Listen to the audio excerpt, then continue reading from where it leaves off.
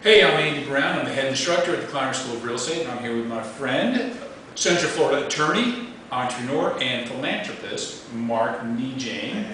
And Mark, I appreciate you letting me do this and talk to you. I know you're so busy, but I also know you have your hands pretty much everywhere in real estate. So I thought it might be helpful for my students and anyone watching. I'm curious, what are your recommendations for investors in this market? Geographically, what type? What would you tell somebody who is sitting across the desk from you?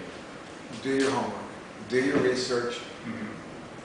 Don't get caught up in what we all got caught up in several years ago, and that is that there's always going to be another deal.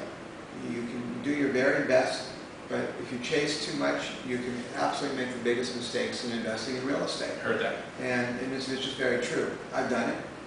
I acquired some acreage in Ocala, and I got when the bubble was there, I was right on top of that bubble, and I thought that if I didn't hurry up and grab this property, that I would lose this tremendous opportunity. Well, I tripped over my own feet. This was several years ago. I did not do what I would advise everybody else to do, to be patient, to do your homework, to investigate it. And if somebody's rushing you to get a deal done, then that's a good warning sign that you need to slow things down, because a lot of time that's just hype. And the reality of it is that most people, those deals are there, and once in a while the right one comes along and you need to be prepared to move on it. Do your homework, do the research, ask the questions, and spend a couple dollars if you need to, whether it's through a real estate company or a law firm, or if you know how to do it yourself. Check out the market. See what's going on. I own one real estate company that buys and sells tax deed properties. I think I shared that with you at a previous time that we talked. And we've got one property that's been sitting around longer than any other property. Most of them move within 6 months. This one is taking over a year right now. And it's on the water, so naturally you think it's going to sell. What we missed, and we've been pretty good because out of the dozens and dozens and dozens of property, it's singularly the one. But what we missed is that there was new buildings going up that were fresher and cleaner, and they were well priced. So why would somebody want to buy an older property for a relatively close price to the newer properties that were going up? So now we've had to reduce the price and getting it more manageable for sale, but not going to make the margin on that we thought we were going to make. Right. So that's one where 99% of the time I follow my advice. That was one where I think that we should have done a little bit more homework. Yeah, that reminds me, I'm sure you've heard the saying, this is a once-in-a-lifetime opportunity. Right. I've noticed those come along every single day. That's right. Well said. All right. Yeah, there's always an opportunity, and particularly in this market. In Central Florida, there's tremendous opportunities. Around the state of Florida, there's tremendous opportunities. But if you read the history of Florida real estate, you'll know we have a disproportionate share of charlatans and people committing fraud. I've heard that too. It's absolutely truly amazing how much of that we have in Florida. And this goes back for decades and decades, and likely way before that, before I was reading any history books. And we have to be careful of that.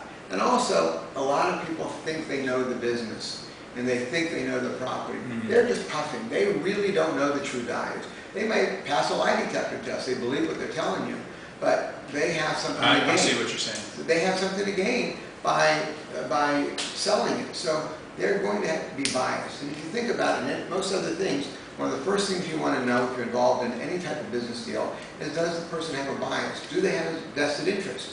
Well, that's going to color your perception of the deal, and it's also going to change the way you look at the deal, because you've got an interest in it.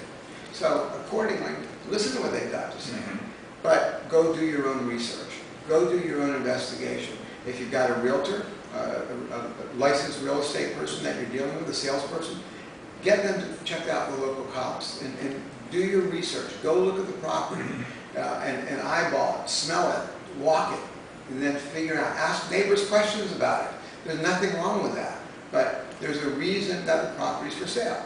Somebody might want to just leave town, or somebody might have rusty pipes and termites and everything else. Do your homework. Makes sense.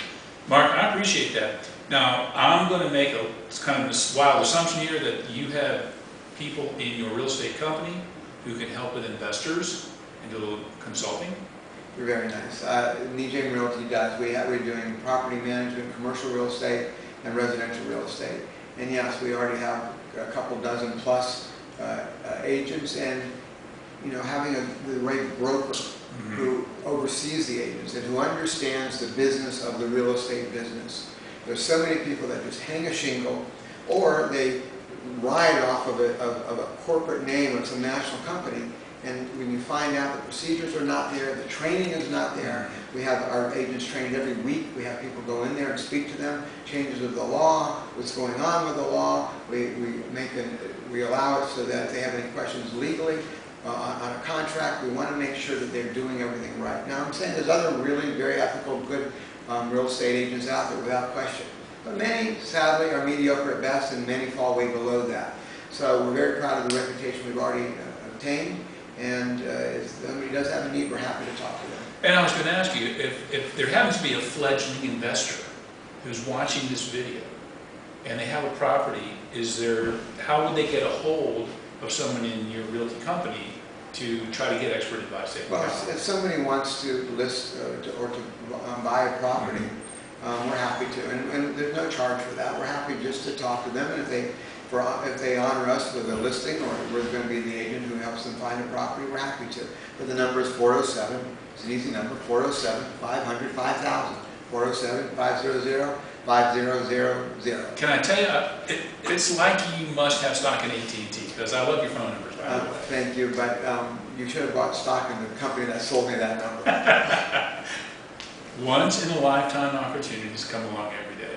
Well said. And sometimes a lot quicker than that. Mark, I appreciate your time. You too. Any chance I might get you to do this again in the near future? It'd be my absolute pleasure. All right. Thanks so much. Thank you again. Thank you.